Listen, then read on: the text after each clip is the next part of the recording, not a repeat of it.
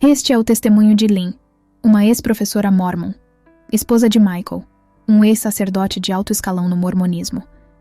Já temos o testemunho de seu marido aqui no canal, e te convido a assisti-lo caso ainda não tenha feito. É um testemunho muito esclarecedor e complementar ao de sua esposa. Espero que todos sejam muito abençoados. Olá, meu nome é Lynn. Enquanto me preparava para isso, senti um forte chamado do Senhor para falar sobre o dançarino da graça. Agora, muitas pessoas não estão familiarizadas com esse termo, mas no livro que Deus me inspirou a escrever há alguns anos, Unveiling Grace, existe um dançarino da graça.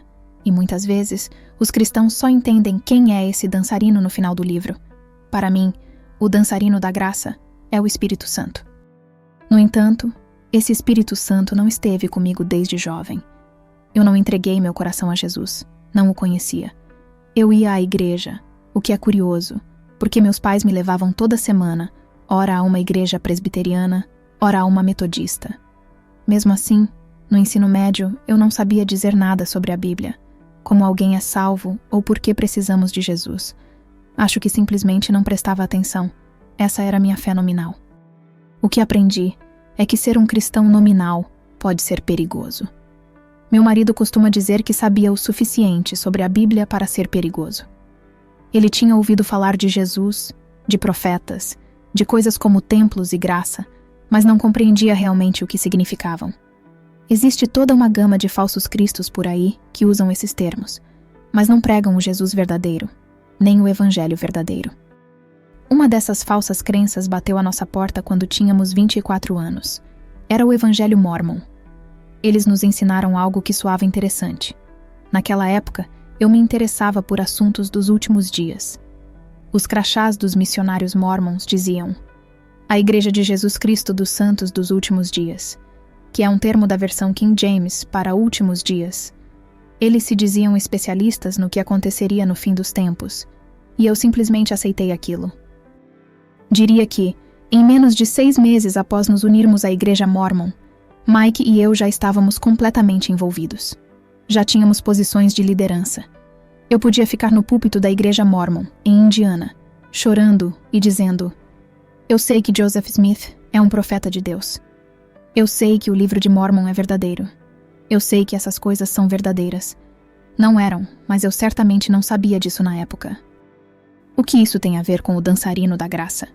Hoje, com 71 anos, ao olhar para trás, percebo que mesmo sem conhecer o Senhor, houve momentos em que o dançarino da graça esteve presente. Em João 6, versículo 44, Jesus diz: ninguém pode vir a mim, se o Pai que me enviou não o trouxer. O trabalho do Pai é continuamente atrair pessoas para Jesus. E como ele faz isso? Através do Espírito Santo, ou o dançarino da graça? O que percebo agora é que o dançarino da graça entrava na minha vida, fazia algo profundo, e depois ia embora. Por que ia embora? Porque se você não faz de Jesus o Senhor e mestre de sua vida, ele não faz morada, ele não permanece. No entanto, ele vem para que você tenha um vislumbre, para que seja atraído, para que tenha esperança. A primeira oração que me lembro de ter feito foi quando eu tinha 5 anos. Minha avó era pianista de concerto. Ela faleceu e deixou o piano para minha mãe. Quando eu tinha 5 anos, voltava da escola e ficava em pé ao lado daquele piano de cauda na casa dos meus pais. Foi então que orei: Senhor, levanta-me como uma musicista para fazer música para ti. Agora, o curioso é que eu mal consigo cantar. Talvez você me colocasse como contralto no fundo de um coral, mas não gostaria de me ouvir cantar sozinha. Fiz 10 anos de aula de piano, mas isso não resultou em muita coisa. No entanto, 48 anos depois, percebi que Deus levantou meus filhos com habilidades musicais para louvar a Deus todos os dias de suas vidas. Alguns podem dizer que isso é apenas uma coincidência, algo bobo. Mas eu tenho uma forte convicção de que, mesmo naquela época, Deus já estava lançando os alicerces para o propósito da minha vida. Esse é outro ponto que muitos cristãos têm dificuldade em acreditar. Em Cristo, nós temos um propósito. Isso foi algo que o dançarino da graça me ensinou. Vou contar outra experiência sobrenatural que tive. Eu tinha 19 anos e estava na faculdade. Naquele momento, eu não acreditava realmente em Deus. Certa noite de verão, fui dormir e acordei sem conseguir respirar. Era como se estivesse sob uma opressão demoníaca, talvez até uma possessão. Não sendo salva, eu não conseguia respirar. Estava apavorada, achando que ia morrer. Tudo o que consegui pensar foi em clamar por Jesus, mas nem mesmo tinha voz para fazer isso. Então comecei a cantar na minha mente o único hino cristão que lembrava da infância presbiteriana. Quão bondoso amigo é Cristo. Repeti o nome de Jesus várias vezes em pensamento, e eventualmente aquela experiência demoníaca desapareceu. O mais interessante é que coloquei essa experiência no meu livro, e entre todas as partes do meu testemunho que estão ali, as pessoas sempre me dizem: tive exatamente a mesma experiência. Isso aconteceu comigo e nunca contei a ninguém porque fiquei apavorado. Desde o início, eu sabia que existia algo real e invisível, mas não entendia o que era. E o que os Mormons me ensinavam sobre isso também não era verdade. Vou compartilhar outra experiência relacionada a isso. Mike e eu entramos para o mormonismo no final dos anos 70. Fomos muito ativos. Tivemos 4 filhos e os criamos na igreja. Eu era uma líder no nosso ward local. Os Mormons chamam suas congregações de wards. Cada ward tem um bispo, que é o homem responsável por todos os membros daquela congregação. Há também uma contraparte feminina, responsável pelas mulheres com mais de 18 anos. Em 1990, eu era essa líder feminina no meu ward. Além disso, tinha um emprego de meio período. Estava criando 4 filhos e cuidava dos pais do meu marido, que moravam em um anexo da nossa casa. Minha vida era uma loucura.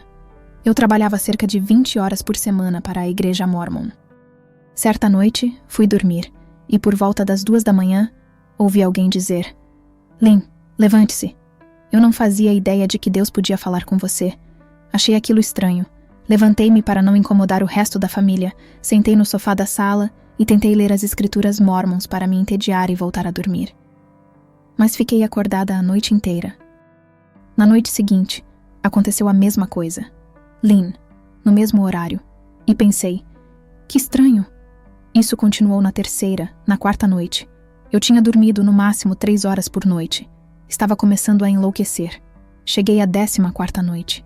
Eu estava completamente exausta, desesperada e sem entender por que estava sendo acordada. Então, caí de joelhos de madrugada e orei. Se você tem algo para me dizer, diga logo, porque eu não consigo ficar mais uma noite sem dormir. Foi quando ouvi uma voz dizendo: eu preciso que você volte para a escola.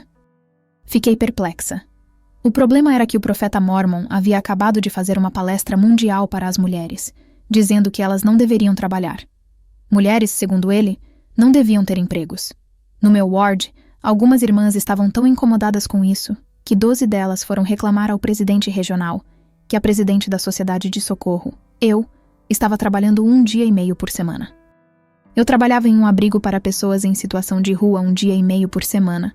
Mas isso era um problema porque o profeta Mormon, que supostamente fala com Deus, havia dito que as mulheres deveriam ficar em casa.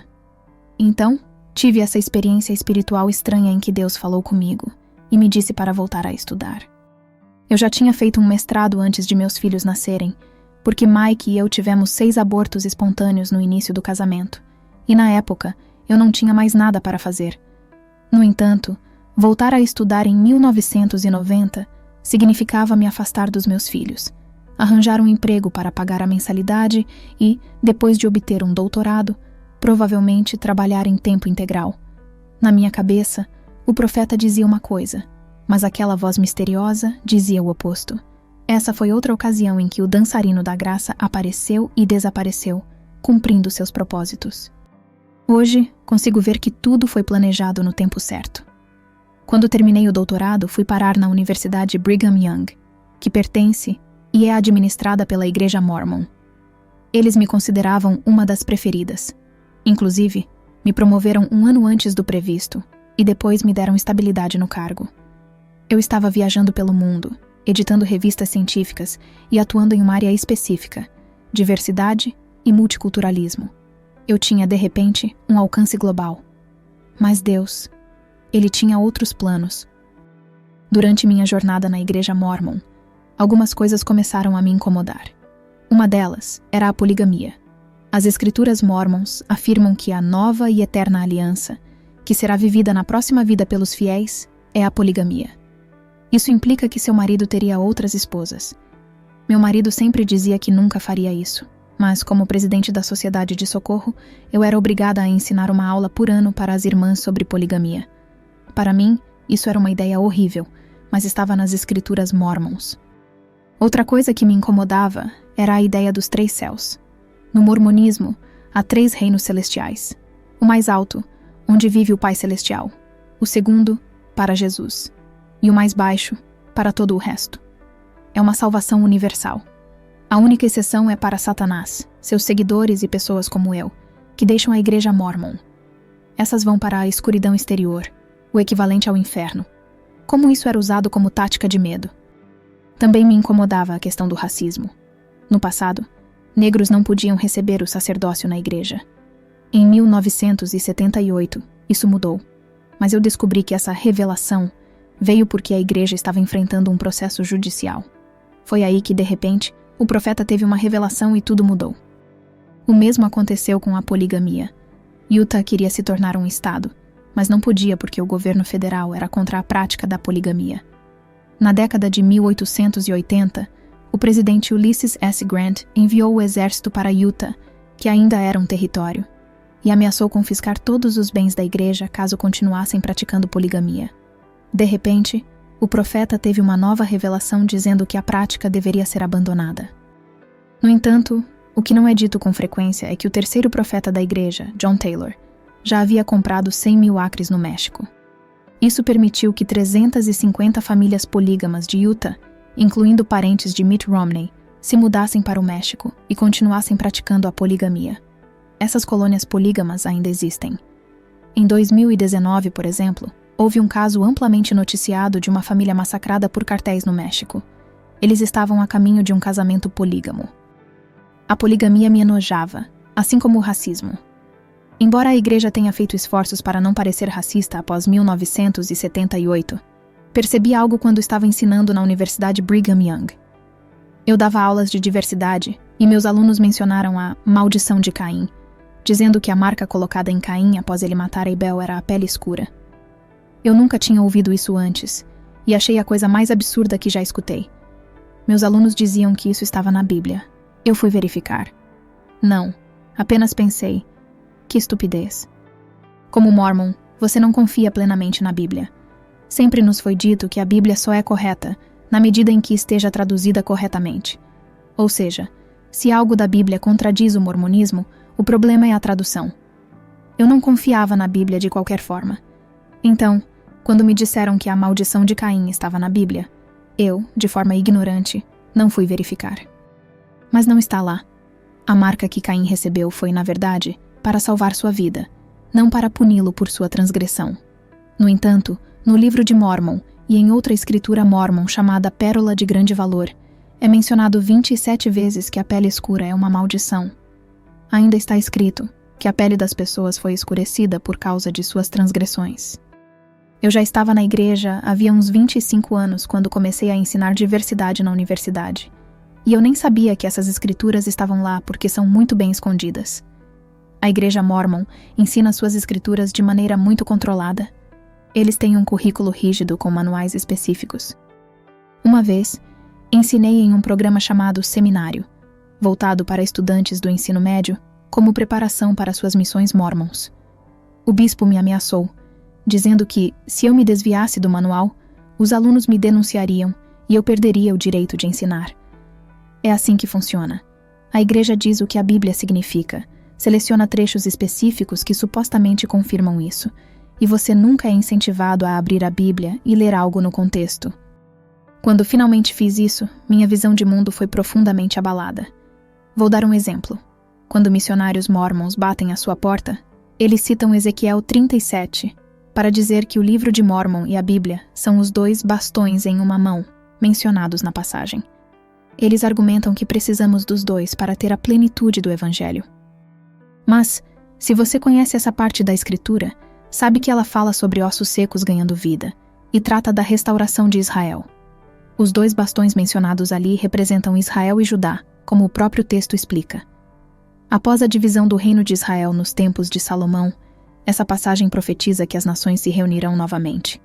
Isso pode ter começado a se cumprir em 1948, com a criação do Estado de Israel, embora possa haver mais a ser cumprido. De qualquer forma, esse é um exemplo de como os Mormons distorcem as escrituras para dizer algo que não está lá. Outra coisa que me incomodava no mormonismo era o ensino de que um homem justo poderia ser polígamo na próxima vida e se tornar um deus. Eu nunca acreditei que uma mulher poderia se tornar uma deusa. Sempre me via como apenas uma entre muitas esposas de um homem. Funciona assim.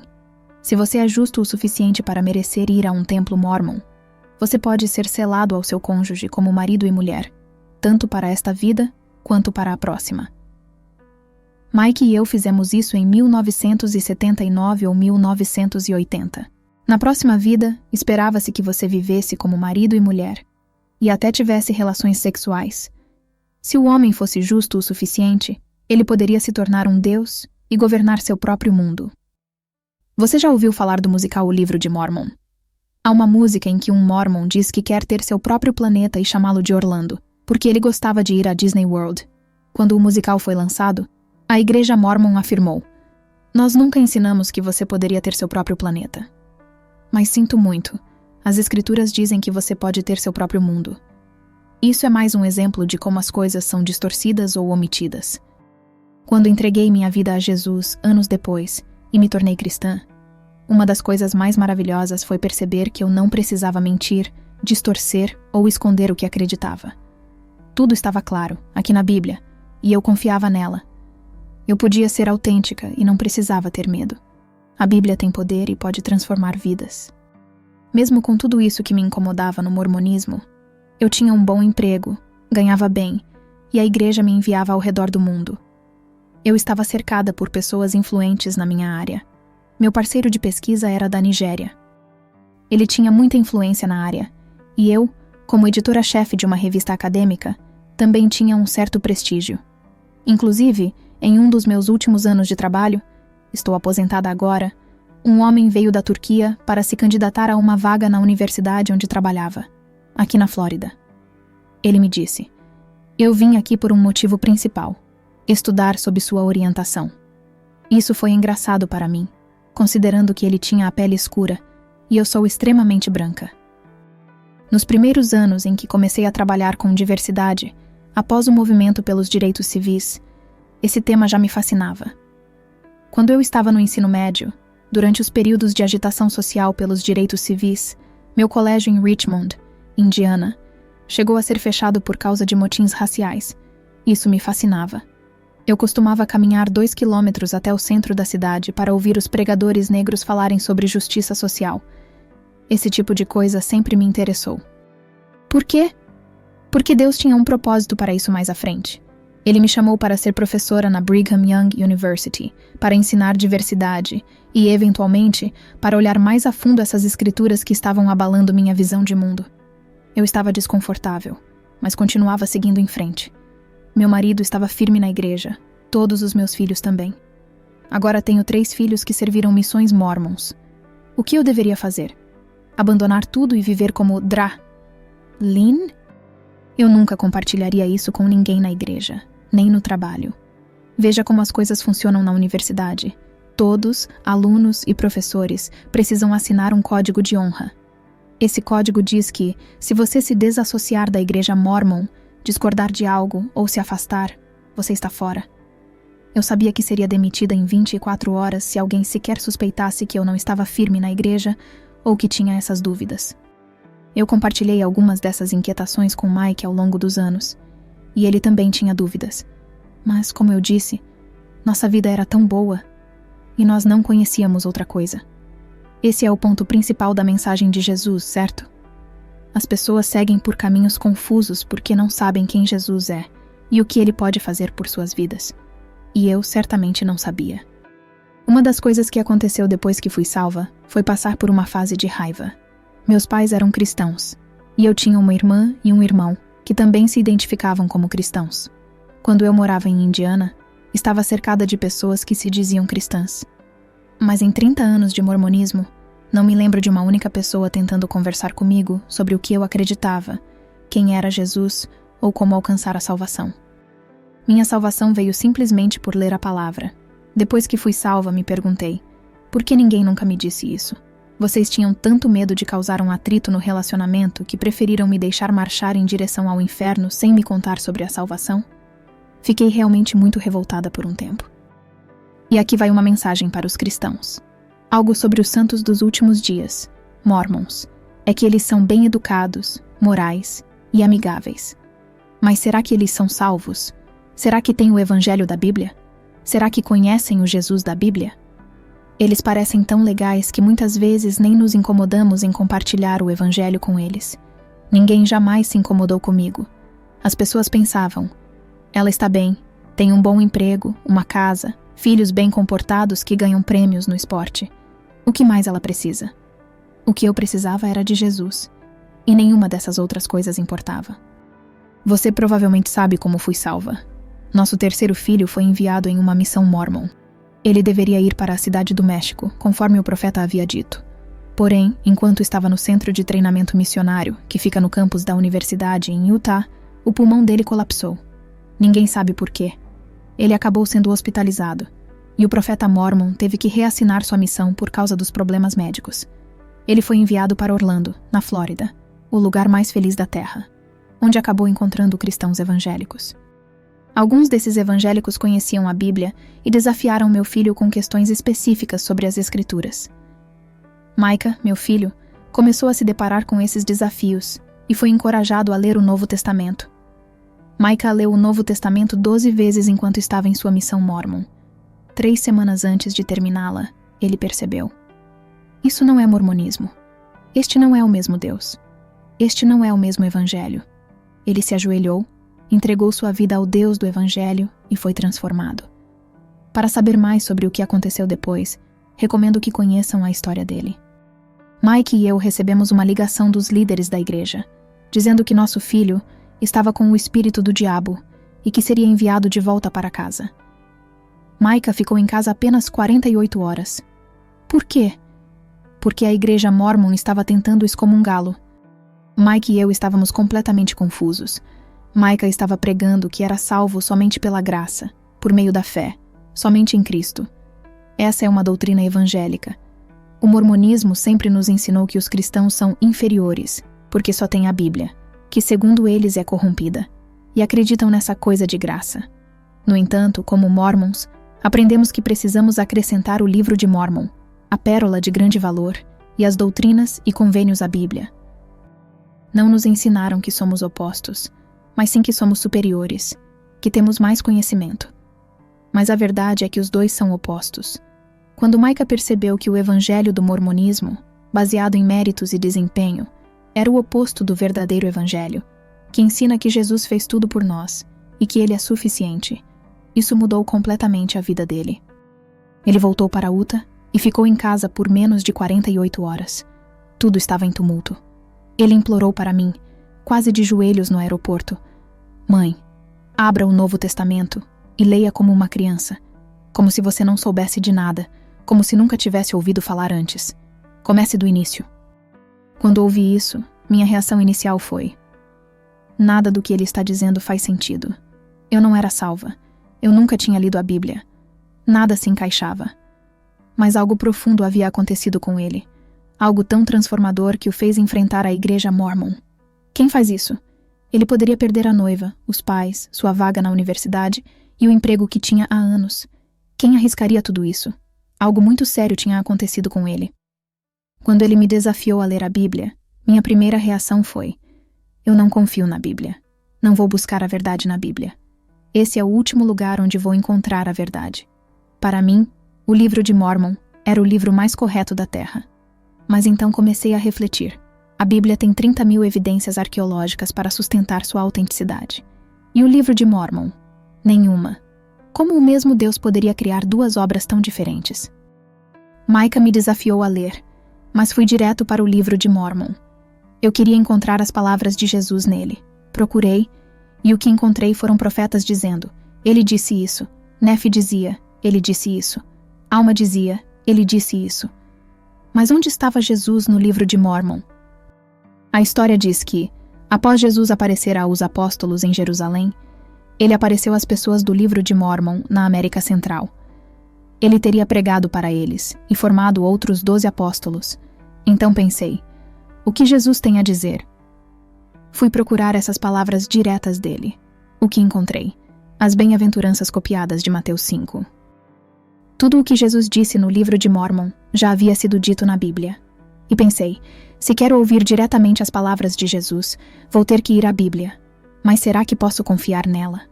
Abri o Evangelho de João, e foi isso. O Evangelho de João mudou minha vida. Ele começa assim: no princípio era o Verbo, e o Verbo estava com Deus, e o Verbo era Deus. Eu pensei, Jesus não era Deus desde o princípio. Ele conquistou sua divindade. Ele era apenas um homem antes. Isso era o que o mormonismo me ensinava. De acordo com o mormonismo, havia um Pai Celestial e uma Mãe Celestial. Eles tiveram uma relação celestial e geraram um filho espiritual. O primeiro foi Jesus, o segundo foi Lúcifer. Eles são irmãos, e todos nós viemos depois. Jesus teve que vir à Terra para ganhar um corpo, porque, segundo o mormonismo, você não pode se tornar um Deus sem um corpo. Então, Jesus ganhou o seu corpo, fez boas obras, e em algum momento alcançou a divindade, embora os mormons não saibam exatamente quando isso aconteceu. O Pai Celestial também teria feito o mesmo, provavelmente em outro mundo, antes de Jesus. Agora, sobre a Trindade no mormonismo. Eles não acreditam na Trindade como a Bíblia ensina. Para eles, são 3 deuses separados, que alcançaram a divindade em momentos diferentes. Quando li a Bíblia, descobri que o Deus descrito nela é soberano, conhece todas as coisas desde o princípio e criou tudo, todos os universos. Já o Deus do mormonismo não sabe tudo. Ele está aprendendo, porque eles acreditam em algo chamado progressão eterna. O Pai Celestial teria alcançado a divindade primeiro, e, portanto, está mais avançado em seu aprendizado. Jesus estaria vindo logo atrás. Quanto ao Espírito Santo, ninguém sabe como ele se tornou um Deus, já que ele não tem um corpo. E o mormonismo ensina que é necessário ter um corpo para alcançar a divindade. Tudo isso começou a parecer muito estranho para mim. Então, li o primeiro capítulo de João, que fala sobre a natureza de Deus. Ele sempre foi Deus. Ele veio à Terra para trazer salvação. Ele nunca foi um homem pecador. Nunca houve um momento em que ele não soubesse tudo. Um dos capítulos que mais gosto de mencionar é o que eu chamo de Seja seu Deus. No mormonismo, os homens podem se tornar deuses. Isso rebaixa o Deus Santo, Santo, Santo e eleva o homem, criando uma espécie de igualdade. Isso transforma Jesus em um irmão mais velho, alguém com quem você conversa de igual para igual, e não um Deus soberano sobre a sua vida. Além disso, os mormons não oram para Jesus, apenas para o Pai Celestial. Quando comecei a ler a Bíblia, como Micah havia me desafiado, me comprometi a ler sem as lentes do mormonismo. Tornei-me obcecada pela palavra. Era algo que eu nunca havia visto antes, nunca entendido no contexto correto, e nunca lido sem o filtro do mormonismo. Descobri um Deus que era incrível, que podia fazer qualquer coisa. Após 10 meses lendo a Bíblia, percebi. Era um Deus diferente, um evangelho diferente. E esse Deus salvava. Eu queria a salvação. Um dos versículos que marcaram essa jornada foi João 5, versículo 39. Vocês estudam cuidadosamente as Escrituras, porque pensam que nelas vocês têm a vida eterna. E são as Escrituras que testemunham a meu respeito. Contudo, vocês não querem vir a mim para terem vida. Isso me fez perceber que não bastava apenas ler ou estudar. Era necessário conhecer Jesus e entregar tudo a Ele. Outro versículo foi João 5, versículo 24. Quem ouve a minha palavra e crê naquele que me enviou, tem a vida eterna e não será condenado, mas já passou da morte para a vida. Percebi que a salvação não era algo futuro, como o mormonismo ensina, onde você só sabe se será salvo após a morte, caso tenha feito o suficiente. Não, eu podia ter a vida eterna naquele momento. Foi então que, em outubro de 2006, 10 meses após Micah ter sido expulso de sua missão, eu me deitei de rosto no carpete verde feio do nosso porão. Estendi os braços em forma de cruz e disse: Sou tua, salva-me. Era tudo o que eu sabia dizer. No dia seguinte, tudo estava diferente. Meu modo de pensar mudou. O mundo parecia diferente. As cores eram mais vivas.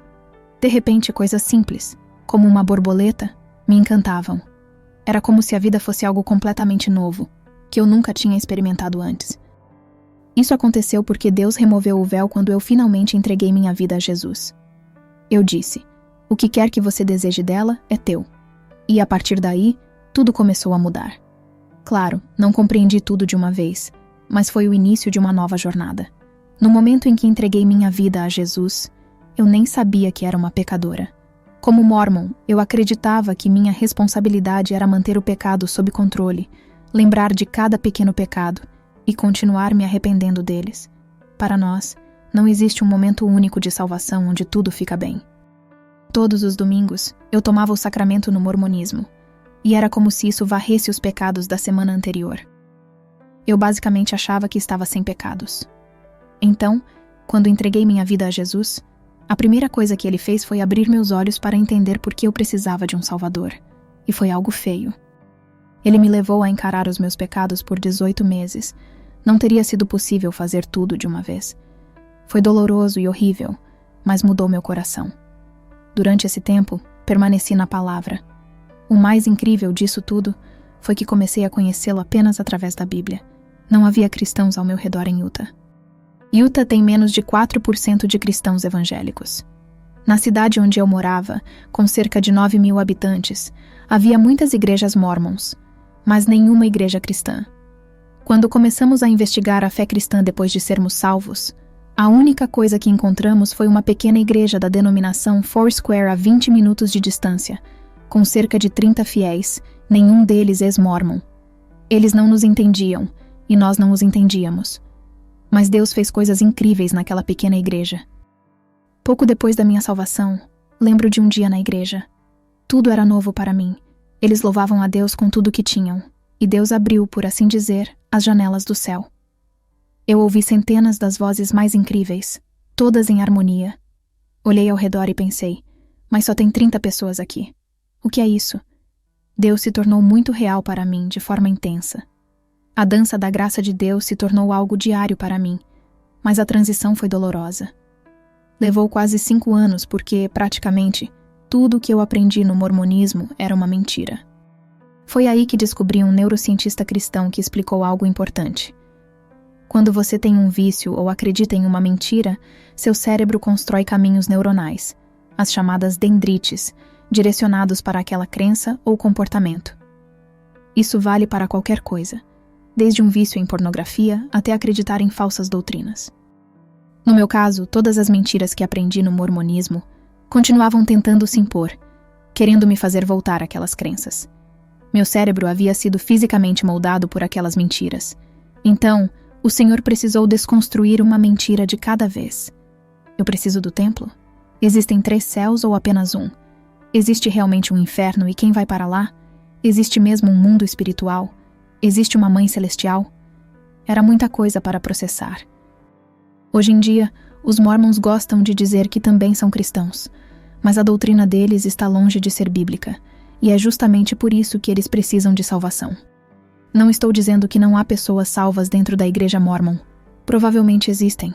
Há pessoas em situações estranhas em todo o mundo quando encontram a salvação, e algumas permanecem nesses lugares por um tempo. Mas eu garanto, se o Espírito Santo entrou em sua vida, você não consegue continuar frequentando serviços mórmons ou lendo escrituras mórmons que contradizem a Bíblia sem se sentir desconfortável. Depois que fomos salvos, alguns cristãos sugeriram: fiquem discretos na universidade e apenas ensinem sobre Jesus. Eu tentei fazer isso por um tempo, mas depois que você sabe o que sabe, depois que o Senhor transforma a sua vida, não há como voltar atrás. Não há mentiras, não há como se esconder. Só há ousadia porque é isso que Ele faz. Nos primeiros meses, Deus fez algumas coisas surpreendentes. Eu sabia que não poderia continuar na universidade. Depois de alguns meses, Mike finalmente entregou sua vida a Jesus. Eu podia ver isso acontecendo, via o entendimento crescendo nele. Na época, eu havia me candidatado a 3 empregos na Flórida, pensando: se precisarmos sair de Utah, vamos para a Flórida, porque 2 dos nossos filhos já estão lá, Micah e seu irmão Matt. Eu já havia me rendido a Cristo. Então, me candidatei a 3 vagas de professor na Flórida.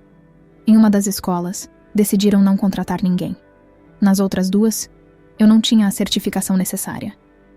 A Flórida tinha essas certificações específicas para ensino superior, e eu não estava qualificada, mesmo tendo chegado à entrevista final.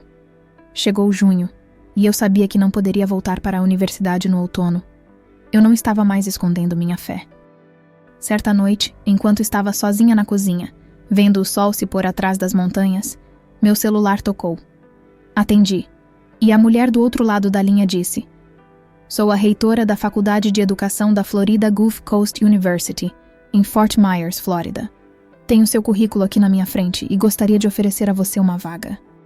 Eu não sei quanto você sabe sobre o meio acadêmico, mas, normalmente, para conseguir uma vaga de professor, é necessário um comitê de seleção e meses de entrevistas e processos." Quando ela me disse isso, eu sabia que era o Senhor agindo. Caí de joelhos, segurando o telefone e disse: "Senhor, o Senhor pode até conseguir um emprego para mim, mesmo que eu nunca tenha me candidatado. Isso é incrível." Quando Mike chegou em casa, eu disse: "Acho que estamos indo para a Flórida."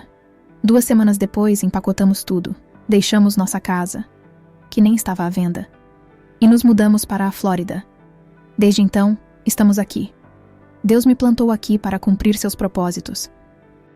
Acredito que o Espírito Santo me despertou por 14 noites consecutivas. Ele me enviou de volta à escola para que, algum dia, eu fosse contratada pela Brigham Young University. Professores de lá precisam ser avaliados pelas autoridades gerais da Igreja Mórmon, o que é algo importante. Esse tipo de posição carrega um certo prestígio, quase um status de justiça diante dos membros. No mormonismo, líderes são tratados como celebridades. Quando o profeta Mormon entra em uma sala, todos se levantam. Há 12 apóstolos que são extremamente respeitados, e eu tinha essa mesma consideração por ser professora lá. Deus preparou tudo para que eu estivesse nessa posição, quando meu filho, Micah, fosse salvo de forma sobrenatural durante sua missão Mormon. Quando isso aconteceu? Eu nunca tinha ouvido falar de algo assim antes. Quem tem coragem de enfrentar toda a igreja, seus pais e tudo o mais? Então você tem essa professora universitária, casada com um homem que é sumo sacerdote, e já ocupou várias posições regionais de liderança na igreja. E no meio disso, surge esse missionário Mormon que encontra a salvação. Deus criou essa história para um tempo como este. Em 2012, eu já havia sido salva desde 2006, e Deus começou a me dar um livro, quase que de forma sobrenatural, no meio da noite. Eu dizia: não quero ser pública. Isso é coisa do Micah. Meus pecados, meus erros, minha jornada, não são da conta de ninguém além de mim. Mas Deus continuava me despertando e até me dando nomes de capítulos. Ele me disse para escrever que os templos mormons funcionam como sereias chamando os mortos. Eu pensei: você quer que eu diga isso em público? Posso acabar morta. Não sei, Senhor. Ainda assim, ele continuou me direcionando. Fui convidada pela Zondervan, a maior editora cristã do mundo, para escrever um livro. Eu havia apresentado uma ideia de livro, mas nada relacionado à minha história pessoal. Eles me ligaram e disseram: "Queremos que você escreva um livro, mas não o que você propôs. Queremos ouvir a história da sua família." Tudo começou a se encaixar. O livro, com quase 400 páginas, foi escrito em apenas 4 meses. Isso é humanamente possível? Não sei. Já escrevi artigos de 60 páginas que levaram meses de pesquisa, mas isso foi diferente. Sem o Espírito Santo, não acredito que seria possível. Eu sabia, desde o início, que isso não era sobre mim. Não tinha nada a ver comigo. Deus claramente estava fazendo algo. Esse Deus incrível, que conseguiu um emprego para mim sem que eu tivesse me candidatado, estava no controle. Lembro-me de um dia como nova professora na Florida Gulf Coast University. Estava atrasada para uma aula e pensava: meu Deus, o professor não pode se atrasar. É um emprego novo, não posso errar. Mas fui parada por uma linha de trem. Eu estava no carro, atrasada, e orando: Senhor, só me deixa passar por esse trilho de trem. As cancelas subiram, um carro passou, e elas desceram de novo. Eu estava desesperada. Era tão claro que de repente estávamos no centro da vontade de Deus, e Ele estava fazendo algo. Um mês antes do lançamento do livro, em 2013, alguém de alto escalão na Igreja Mormon começou a questionar sua fé. Ninguém nunca havia tido a coragem de se expor assim antes. Essa pessoa era Hans Matson, uma autoridade geral da igreja que supervisionava toda a Europa. Ele foi até os 12 apóstolos da Igreja Mormon em busca de respostas, mas não recebeu nada satisfatório. Então, ele procurou o The New York Times, que publicou um vídeo em que ele explicou os problemas que via na igreja. Isso foi enorme. Nunca alguém dentro da igreja tinha mostrado tamanha coragem. E dentro de um mês, meu livro foi publicado. No site da Amazon, a primeira edição esgotou em 2 dias. Só Deus. De repente, as pessoas começaram a se perguntar: por que alguém estaria interessado no mormonismo? A Zondervan, a editora, achava que seria um livro de nicho, que apenas pessoas com algum envolvimento ou curiosidade sobre o mormonismo leriam. Talvez alguém com um parente que entrou na igreja ou algum mórmon curioso. Mas não. De repente, muitas pessoas estavam lendo o livro. Você consegue perceber como Deus orquestra tudo para seus propósitos? A Bíblia diz: Deus nos salvou e nos chamou com um santo chamado, não por nossas obras, mas por sua própria determinação e graça, que nos foi dada em Cristo Jesus antes dos tempos eternos. A primeira pessoa que leu o livro e me ligou foi um ateu. Ele tinha deixado a igreja Mormon 20 anos antes e disse: se existe um Deus capaz de fazer o que você descreve neste livro, eu estaria disposto a dar uma chance a ele. As pessoas não sabem porque ninguém conta a elas. Essa é uma mensagem para os cristãos. Precisamos aprender a contar nossa história. Há milhões de momentos na nossa caminhada em que o Espírito Santo, esse dançarino da graça, entra e sai, conduzindo-nos em seu plano. Eu nunca sei para onde ele está me levando. Mesmo assim, todos os dias eu me levanto, entrego o dia a ele e coisas incríveis acontecem. Eu já estou com certa idade e tento passar nosso podcast, Unveiling Grace Podcast, para os nossos filhos. Desde o livro, temos falado em igrejas, e isso é cansativo. Mas Deus ainda nos utiliza. Há cerca de 1 ano, fui convidada para participar do podcast da Ellie Beth Stuckey. Ela trabalha na Blaze TV do Glenn Beck, que é um mórmon conhecido. Ellie, porém, é cristã e me convidou para ir ao estúdio em Dallas. Aqui está o engraçado. Em nosso site de ministério, temos uma carta aberta para Glenn Beck sobre sua fé. Essa carta está lá há uns 12 anos. Oramos por ele há muito tempo. De repente, fui convidada para ir ao local onde fica o escritório dele. Levei o livro, escrevi uma mensagem pessoal e deixei-o bem na porta do escritório dele. Esse é o nosso Deus. Durante a entrevista, Ali disse: quero que você conte sua história. E eu contei. O episódio foi ao ar. E ela tem milhares de ouvintes mormons, porque também aborda política conservadora. Depois disso, comecei a ouvir de mormons ao redor do mundo. A fé em Jesus tem um preço. Ele disse: se odiaram a mim, também odiarão a vocês. Recebo muitas críticas de mormons. Eles dizem: você não entendeu nossa fé, você nunca leu a Bíblia, você está mentindo, ou coisas assim. Às vezes, também recebo críticas de cristãos. Eles são tão legais. Dizem que são cristãos. Por que você se importa com isso? Sempre haverá oposição. Mas por outro lado, também ouço de mormons que, ao abrir a Bíblia, encontram a fé e a salvação. Deus me enviou a um podcast que talvez nem tenha nada a ver com Glenn Beck. Pode ser apenas para alcançar uma única pessoa que precisava ouvir. 1 mês depois de eu ter participado daquele podcast, recebi um e-mail de uma mulher. Ela disse: meu marido e eu somos mormons, estamos bem envolvidos com a igreja e temos posições de liderança. Ouvi você no podcast da Ellie Beth Stuckey, e tudo o que eu consegui lembrar do que você disse foi que eu precisava abrir o Novo Testamento e lê-lo.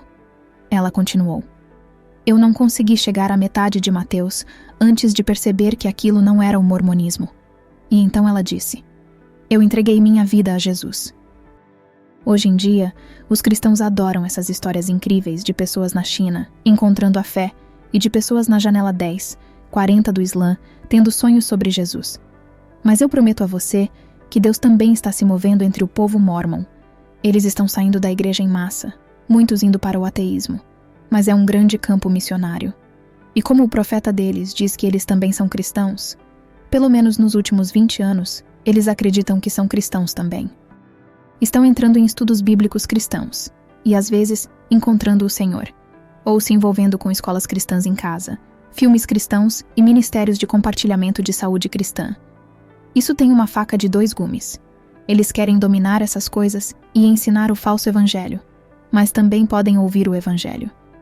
Estima-se que cerca de 300 mil pessoas estão saindo todos os anos. Mas esse não é o único campo missionário para nós. Basicamente, essa é a mensagem da graça, que significa que você não precisa fazer todas essas obras.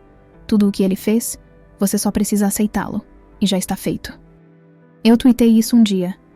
Você é suficiente, ou Jesus é suficiente, ponto. O Twitter oficial da Igreja Mórmon respondeu imediatamente com: você é suficiente, ponto. Ou seja, ou é um evangelho baseado em obras ou um evangelho baseado na graça. Ou você tem que fazer algo para a salvação, ou Jesus fez tudo. São evangelhos opostos, e se um vem de Jesus, o da Bíblia, o outro não pode vir de Jesus. Mas essa mensagem é ensinada por muitas religiões. O que define as falsas religiões é justamente isso.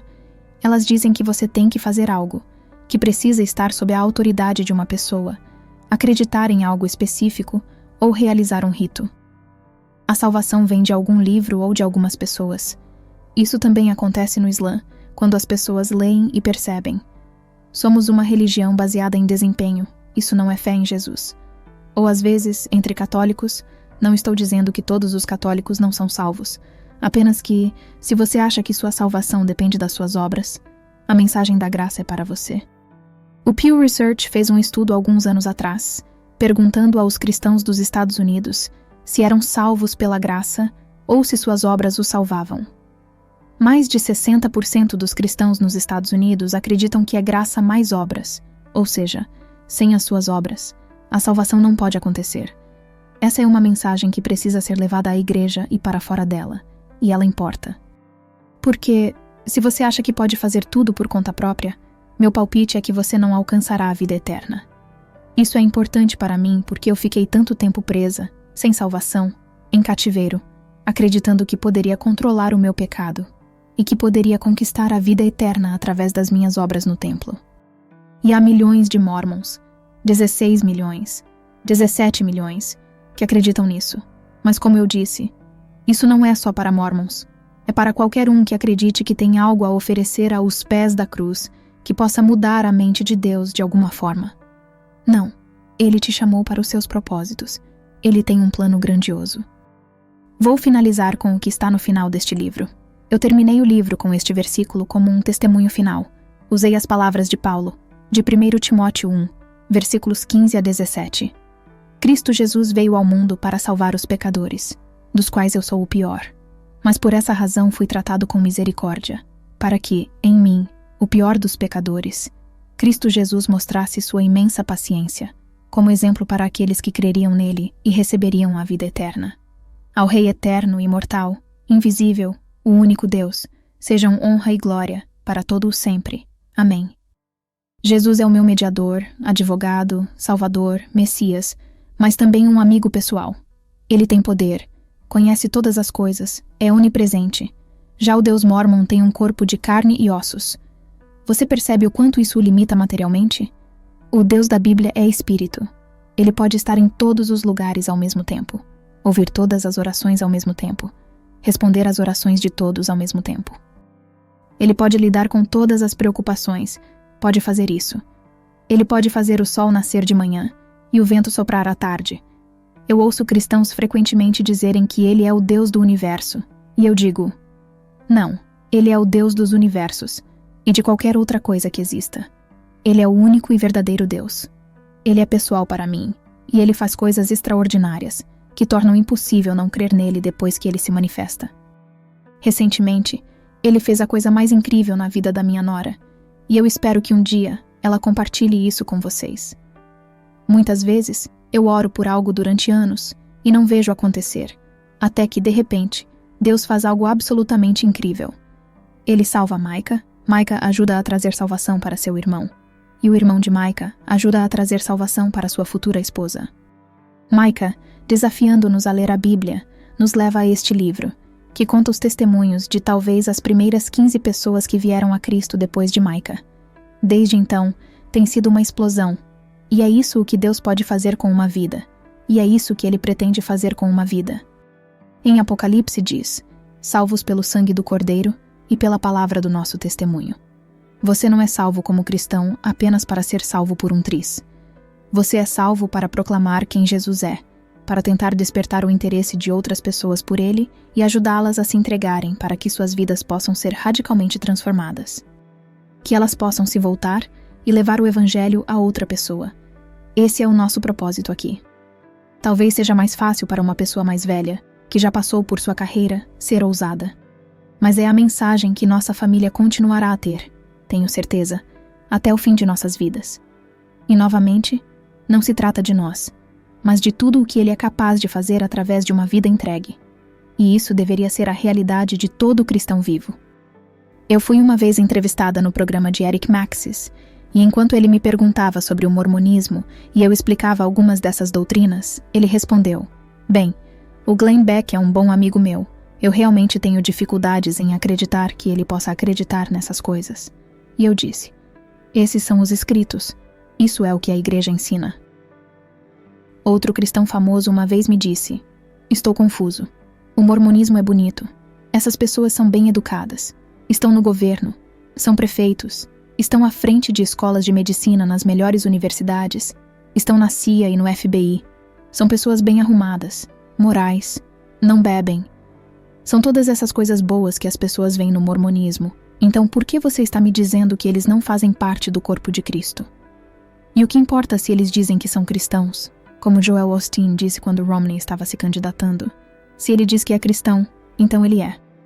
Acredite nele, o que importa?" Bem, eu me importo porque eu fiquei presa e não salva dentro do mormonismo. E eu diria que a maioria das pessoas que acredita no profeta, nos 12 apóstolos, que acredita nesses escritos, e cuja lealdade é com Joseph Smith, o fundador da Igreja Mormon, não está salva. Para mim, eles são um povo que precisa ser evangelizado, se alguém se importar. E muitas vezes as pessoas não se importam porque eles são bons vizinhos, e não querem ofendê-los. Eu percebo isso também na política. Pessoas cristãs do lado conservador não querem ofendê-los porque eles representam um grande bloco eleitoral, sabe? Eles possuem uma grande parte das rádios cristãs conservadoras. Então, por que você gostaria de falar sobre isso? Tudo o que eu posso fazer é falar sobre a doutrina ensinada naquela igreja. Ela não é o cristianismo bíblico, portanto, assim como eu fiz, eles precisam de Jesus. Agora, o que eu acho mais insidioso, em Mateus 24, versículo 24, Jesus mesmo nos diz quem são os falsos cristos. Mas primeiro, deixe-me colocar a situação assim. Por que você acha que Paulo escreveu aquelas 13 epístolas? Sobre o que eram essas epístolas? Paulo recebe o chamado para ir até os gentios e pregar o evangelho. Ele começa nas sinagogas judaicas normalmente, e logo é expulso, mas muitos gentios se convertem a Cristo. Ele estabelecia igrejas em lugares como Éfeso, Tessalônica e outros, e depois viajava para outro lugar. Aí, alguém vinha atrás dele e trazia um falso evangelho. Não, se você quiser ser cristão, tem que ser judeu primeiro, tem que seguir todas as leis, e tem que fazer a circuncisão, certo?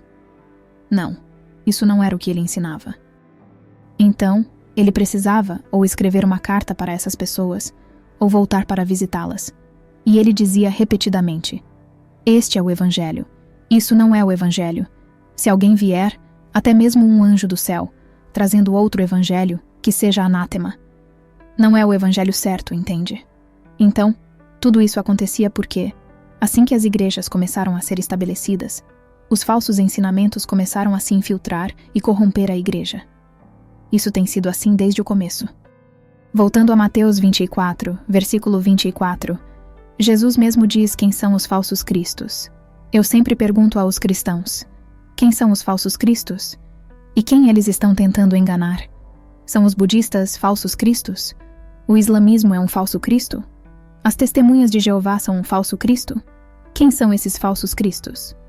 Segundo as palavras de Jesus, são pessoas que tentarão desviar até os eleitos, ou seja, o próprio povo de Deus, aqueles que estão buscando a Jesus ou que reconheceriam a sua voz.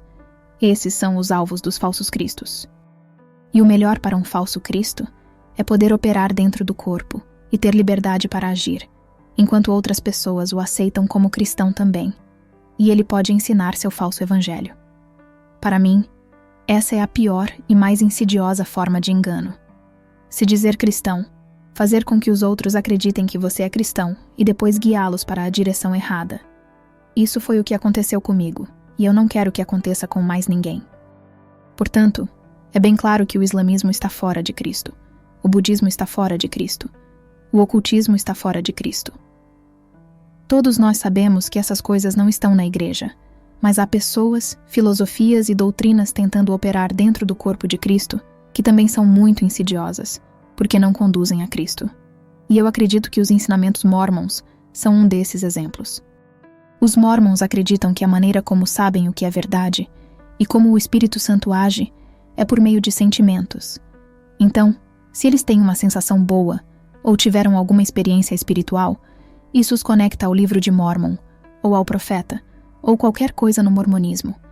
E então, eles não se movem. Não importa se você mostrar as escrituras para eles, não importa se tentar usar lógica, eles não vão mudar de opinião. Se eles oraram sobre o livro de Mórmon e tiveram uma boa experiência, ou se tiveram um sonho depois disso, eles não vão sair dessa. Uma das coisas que me surpreendeu quando li a Bíblia foi o versículo: "O coração é mais enganoso do que qualquer outra coisa, e desesperadamente corrupto. Quem o conhecerá?" Jeremias 17, versículo 9. Meu Deus! E então, acho que em Mateus 15, versículo 19, descreve o mal que sai do coração humano e lista as coisas. Porque do coração vêm os maus pensamentos, homicídios, adultérios, imoralidade sexual, furtos. E lá está, falso testemunho. Eu literalmente poderia ficar em um púlpito, chorar e dar meu testemunho de que eu sabia que o mormonismo era verdadeiro, porque eu tive sentimentos e experiências ligadas a isso. Deixe-me dar um exemplo. Os Mormons acreditam que podem ver o futuro. Então, uma vez que você se torna membro da Igreja Mormon, depois de um ano, você recebe uma bênção patriarcal. Há alguém na igreja chamado patriarca que pode colocar as mãos sobre sua cabeça e lhe dizer seu futuro. No final, sempre tem um aviso: se você não viver de forma justa, isso não se cumprirá. Ou seja, tudo depende de você, pois isso é uma fé baseada em obras. Nós morávamos em Indiana quando eu recebi a minha bênção patriarcal. Dirigimos até Lafayette, Indiana, para recebê-la.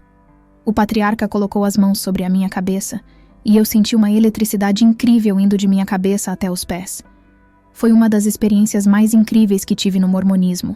E claro, isso me fez pensar que isso deveria vir de Deus. O que eu não sabia até ler a Bíblia é que Satanás pode imitar todas essas coisas espirituais boas. Então, como você sabe se algo é verdadeiro? Como saber? A Bíblia diz: "Vinde, e então arrazoemos juntos." Isaías 1, versículo 18. Você tem que usar sua mente. Na verdade, há um versículo em Provérbios que diz que a pessoa que não utilizar a mente acaba na companhia dos mortos. Então, você tem que ser inteligente e usar a lógica, porque Deus é inteligente o suficiente. Ele criou a ciência. Ele pode fazer tudo funcionar perfeitamente, certo? Ele é um Deus bem sábio.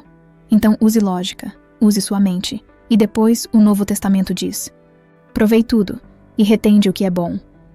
1 Tessalonicenses 5, versículo 21. Testem os espíritos para ver se vem de Deus.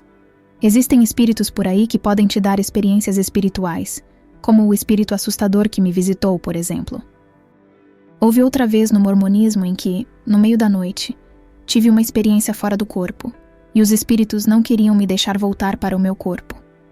Há certamente esse mundo espiritual, e nele também existem anjos. No mormonismo, esses anjos, aliás, não têm asas, porque os mormons acreditam que as pessoas que morreram voltam como anjos. Isso não é uma teologia bíblica. Deus criou os anjos para serem mensageiros de sua própria espécie. O próprio livro de Mórmon veio de uma mentira, porque o anjo Moroni trouxe o evangelho para Joseph Smith. O anjo Moroni, supostamente, é um profeta do livro de Mórmon que morreu e depois voltou dos mortos. E nós sabemos que necromancia, a prática de se comunicar com os mortos, é algo da qual devemos nos afastar, de acordo com a Bíblia. Não devemos tentar nos conectar com os mortos. Outra coisa que os mormons fazem é tentar se conectar com seus mortos nos templos mormons. Então, se minha avó morreu e ela não era mormon, a única maneira de ela realmente ter vida eterna é se tornar uma mormon. Ela vai ser ensinada o evangelho mormon na próxima vida, quando estiver na prisão espiritual. E então, se ela aceitar, será libertada dessa prisão. Tudo isso não é bíblico, mas conectar-se com espíritos mortos pode, às vezes, trazer experiências emocionais intensas, certo? Então, os mormons nos templos esperam que a avó, que já faleceu, apareça e diga: "Obrigado por me salvar." Ou, às vezes, os Mormons dizem que fazem genealogia. Eles são muito envolvidos com isso, pois encontram os nomes de pessoas mortas que podem levar ao templo para salvá-las. E sim, eles tentam se comunicar com essas pessoas. Você percebe como há tanto interesse em fantasmas? Nossa, isso está por toda parte, certo? O filme novo do Caça-Fantasmas, e assim por diante. Existe um mundo espiritual, mas também existem emoções que podem ser manipuladas, acredito, por meio desse mundo. Então, como a verdade chega até nós? Ela vem através da lógica. Vem pela palavra de Deus, a palavra viva de Deus, que você pode confiar. Nós temos 66 livros, 40 autores, em quase 1.600 anos, e a mensagem é a mesma. A mesma misericórdia, a mesma justiça, do começo ao fim, de Gênesis a Apocalipse. Nós chamamos isso na ciência de consistência interna. Eu fiquei impressionado, porque as escrituras mormons estão espalhadas e até se contradizem. Que truque! Você pode pegar qualquer uma que alguém queira ouvir, mesmo que seja o oposto de outra. Isso é uma enganação. Mas a Bíblia não é assim. Ela tem consistência, é confiável, tem coesão interna. E a Bíblia nos ensina a testar os espíritos. Como você testa? Você testa como os bereanos, segundo a Bíblia. Você testa indo à palavra de Deus e verificando se ela se alinha. Se a experiência não se alinhar ou se alguém disser ou ensinar algo que contradiga isso, você tem um problema. E não importa o quanto você se sinta bem ou confortável com isso. Os Mormons focam totalmente seus testemunhos nos sentimentos, e a Bíblia é bem clara. Do coração podem sair falsos testemunhos, e isso está listado junto com homicídios e adultérios, entre outras coisas. Não é confiável. Antes de orar, Deus me levou a lembrar de um sonho que tive quando me converti. Eu não sabia como ouvir a voz de Deus, e Ele começou a se comunicar comigo por meio de sonhos. Um dos primeiros sonhos que tive foi de eu entrando em uma casa na Flórida, enquanto ainda morava em Utah, sem saber que iria para a Flórida. No sonho, eu entrava na casa, e estava cheia de bebês. Bebês no sofá, no chão, nas mesas de trocas de fraldas. Devia ter mais de 50 bebês. Eu comecei a dar mamadeira para um, trocar a fralda de outro, e ia de um para o outro. Eu sabia que esses eram as pessoas que precisavam de Jesus. Achei que aqueles bebês eram novos convertidos. Essas são as pessoas pelas quais tenho um coração. Agora, vou orar por vocês. Pai Deus, não oramos a Ti com uma linguagem forçada, como a dos Mormons, com a linguagem da versão King James. Nós falamos contigo porque Tu és Pai e amigo, porque Tu nos amas, porque Tu nos planejaste, nos chamaste e nos atraíste, e Tu tinhas um propósito para nós desde antes da fundação do mundo. É tão difícil para as pessoas entenderem que existe um Deus que as ama tanto a ponto de alcançá-las, amá-las, conhecê-las e lhes dar um propósito.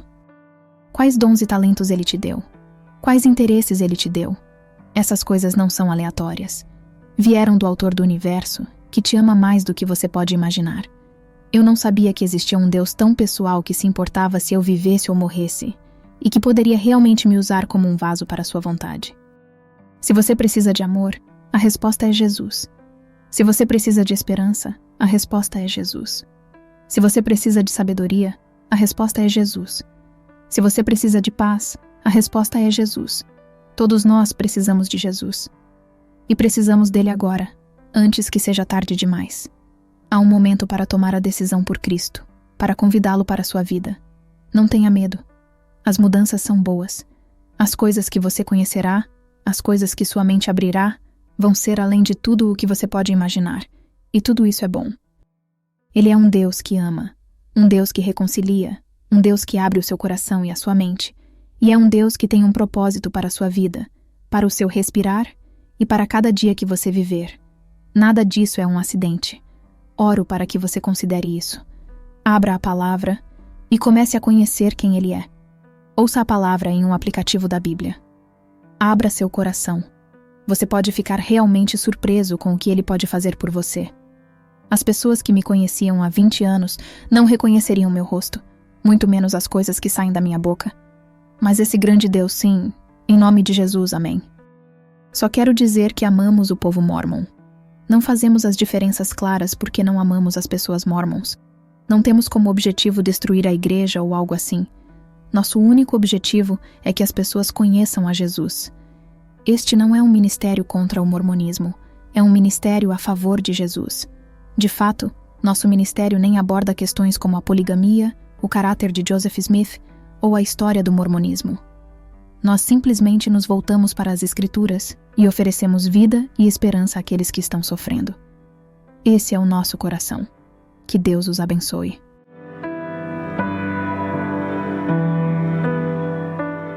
Depois de ouvir esse testemunho, eu quero te fazer uma pergunta importante. O que você está fazendo com a sua vida? Será que você está buscando preencher seu coração com coisas que não satisfazem? Ou será que está disposto a dar um passo de fé e permitir que Deus transforme completamente sua história?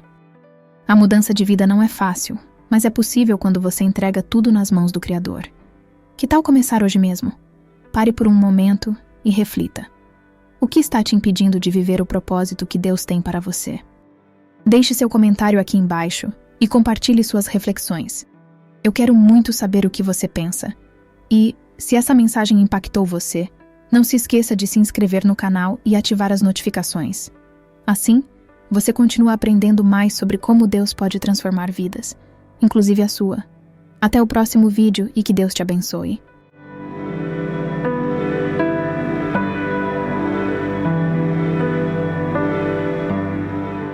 Comecei a sentir aquele impulso de querer ser legal, de querer ser aceito.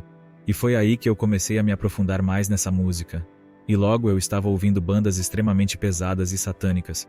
Quanto mais sombria, mais agressiva e mais pesada era a música, mais eu queria ouvir. E eu não percebia que estava sendo atraído para um caminho muito sombrio, sem saber que estava me envolvendo com um mundo de trevas e maldade. E eu não queria passar por mais um sermão que eu sabia que ia falhar. Era um ciclo de tentar e falhar, tentar e falhar. Estava tão frustrado que eu falei em voz alta para o Senhor.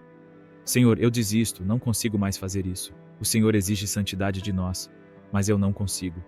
Tento, mas falho, Jesus, e eu desisto. Eu fechei os olhos e, instantaneamente, fui envolvido pelas chamas. O que vi nessas criaturas foi o mal absoluto, puro, inimaginável. É algo que está muito além deste mundo físico. Eu estava no reino espiritual, e o mal emanado por essas criaturas era tão forte que nem mesmo o meu corpo espiritual conseguia suportá-lo. No momento em que parei de gritar, 3 dessas criaturas correram até mim com uma velocidade impressionante. Eu sabia que ficaria naquele lugar para sempre, sem fim algum. Se você se sentiu tocado por este testemunho e quer assistir esta história e mais histórias como esta, não deixe de se inscrever em nosso canal. Aqui, compartilhamos experiências poderosas que podem transformar vidas e fortalecer a fé. Clique no botão de inscrição, ative o sininho para receber notificações e junte-se à nossa comunidade de fé e esperança.